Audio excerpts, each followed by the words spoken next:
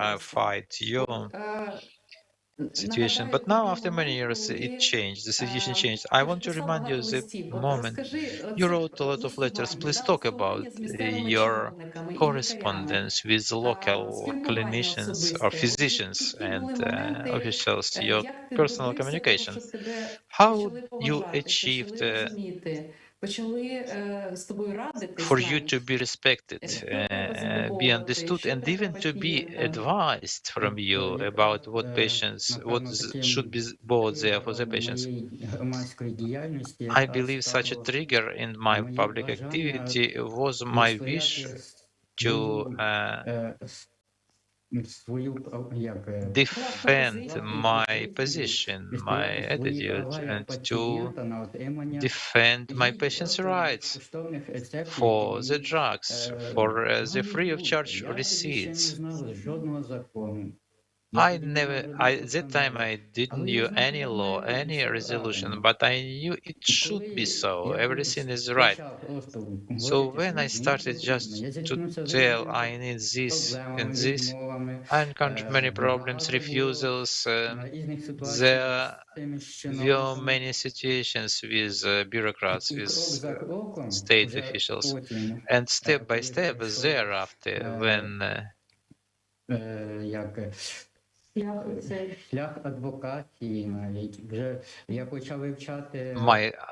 had my lawyer even, I like the lawyer, I started to study, to read orphan legislation and come into the state officials, civil servants, and saying them, see this legislation, I have right. But the old system could never understand why the patient came to them and wants something. But with time, really, the doctors began to understand that it's not. It has to be so. The officials began to understand. Even they called me and advised with me the chief physician every time when application for requirement were submitted, they ask how much do you need? Let us increase this volume of requested volume. Let us distribute it correctly. That is how it should be. There should be a dialogue of the patient, of the doctor with the patient. The patient who lives 24 hours a day with his disease, who better could know about what he needs? Yes, the doctor knows something, but the dialogue is needed as well. So it was the fighting to teach people how to think in a different ways. That is what we are meeting constantly when we talk to European colleagues. In Europe, talking about the voice of patients and all the patients are suffering a lot. Those concepts are understood by everybody in the authorities in every structure connected with health care. There should be a representative of the patient, or a patient himself if he is adult, or a tutor, and a legal representative or a lawyer of the patient means the person who is professionally defending the rights of the patients. All those could be representatives from patients, organizations, and associations. In Europe, there is such an understanding like expert patient. When an individual patient is engaged into the Ministry of Health, for example, so to advise on regard of some drug or dressing or whatever else, to hear expert opinion, because doctors for sure cannot try this dressing or those drugs. In Europe, they even pay for the visit of such patient like a job, because a severely ill patient has to travel like to Ministry of Health. So these are expenses. Those expenses are paid, and additionally, the time of the patient is paid. The time of the patient is paid, which each patient spends in making his contribution in the assessment of procurement of these quality products. In Ukraine, we are not yet talking about this. The patient should be paid although its work. The work you are doing is hard to overestimate.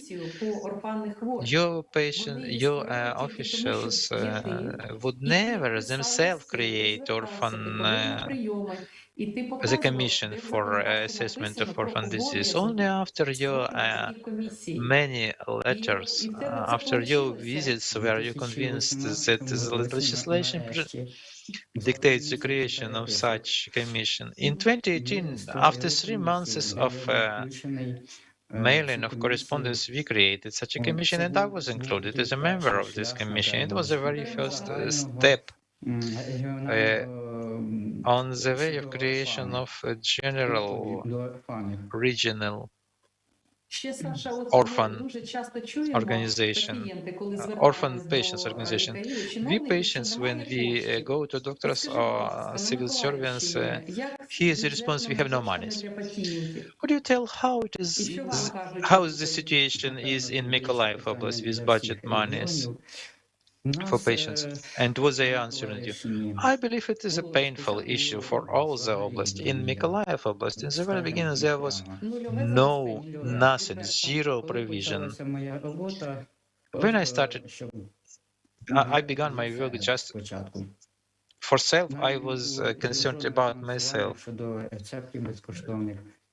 There was no free of charge receipt financing, not to talk about some procurements. During those years, in 2018, I was the first to get free of charge receipts in our district, in my district. In 2019, for the first time in our region, there was a purchase for nutrition product, for food products for specialized for EB patients. It was the victory. I told them, you create the history. You have been once to purchase this product. They called me, wrote me, let's do something else. And they themselves said, let us think what are the products or drugs can be purchased. So it is not true when they say we have no money. The funds will be found. You have to knock at the door as more frequently and as more louder you can. In Mykolaiv city, they are not right when telling we have no money. But if you go and look deeper, the monies can be found. You have to know to try establishing dialogue with officers, with officials who are in charge of allocating those funds. You have to submit your needs to come with that and to say, I have such and such demand, I have such and such amount needed. Please, this is the legislation. Please allocate funds. And not to come just once. I have visited them a lot of times. So you undertook huge efforts. I'm proud of you. And at the level of Mykolaiv Oblast, you raised the problem not only of EB patients, but all orphan patients, because people were attracted to you. Same active people as you. Not very much of such people do exist there, but you have to be united and to provide for systemic solution of the demands of such orphan patients. You are one of the active members of the association Orphan Titmouses of Mykolaiv Oblast. Please tell me how the idea of creation of this association emerged. What are your objectives and tasks? What problems are you trying to solve? How the idea appeared? It was not an idea, it was a dream. And when one person from with the same dream encountered another person with same dream. It was Elena Martinenko, the head of the All Ukrainian Association of Gaucher disease patients. We began to communicate on that topic. Let us involve our acquaintances. A conference was started for the day of orphan patients, and we found same-minders there as well. And after that, the work on creation of the civil organization Orphan Titmouses of Mykolaiv Oblast began. We did a long way to achieve that. There were obstacles due to COVID, to lockdowns. It created even more obstacles, but anyway, we achieved that. And our goals to change the system in the oblast regarding provision by the state of all orphan patients in Mykolaiv Oblast, in the oblast, in the city, in the villages, in all localities, to provide for systemic supplies and provision by the state. You're absolutely right. We know that the legislation on the rights of orphan patients there is in Ukraine. It's very good, but it's not implemented. It's not implemented up to the time when some active people like you appear and you're same minders. And that proves that, yes, we have a legislation and we have the right to demand and we have to satisfy this right. And only through the public organization we can make an influence and build a system of relationship like doctors, patients, doctors of public servants, so in such a triangle. And you try, you have to adapt this legislation and implement it in practice. And to do that, you need to unite. Yes, absolutely. The main task, once again, just to repeat, is to make a system. And for that, we need a regional program that will make orphan diseases special, like a separate entity, and that should be a targeted, specialized, special purpose program for the orphan diseases in Mykolaiv region. Why is it important? Just to have a separate budget? All budgets are going to be involved, city, oblast budget, and communities as well. And then clearly we will see how much cost, how much money for what kind of disease were allocated, what is the need in general, what's the need for children or people with this or the other disease, what's the overall amount of money, and everything's going to be transparent. So also the issue is equity and equality, and there should be approach based on equity. It should be not the way like whoever shouts more loud, that one will get more money. So, but you want to have a system, and you want that system to work for everyone, and not only for those people who already have a disease, but for those future patients that might be born with the disease. And also for doctors in this process of cooperation, they understand better, they get more knowledge about the disease, and they develop. Yes, they learn together with us and we learn together with them. So this is knowledge exchange. That is really important. And the most important that for future, this is something that cannot be done just overnight. And we need to make sure and we need to monitor. For example, if we wrote a letter, we need to see what happens after that, just to monitor everything. I believe I did not much. I did not achieve a lot. Ahead of me is still a lot of work to do. Що я став співзасновником громадської організації. Well, I'm a co-founder of a public organization. That's a good thing. Also, I established good relationship. That's good. We've established a dialogue with doctors. We are heard, we are known, but still a lot of work to do ahead. So good for you. And in any case, from me personally and from other people and patients, I wish you all the success. It's a long way, but those little victories on a daily basis, they inspire. And also, I would like to wish you, your mother, and your brothers to support you, because family support is of paramount importance.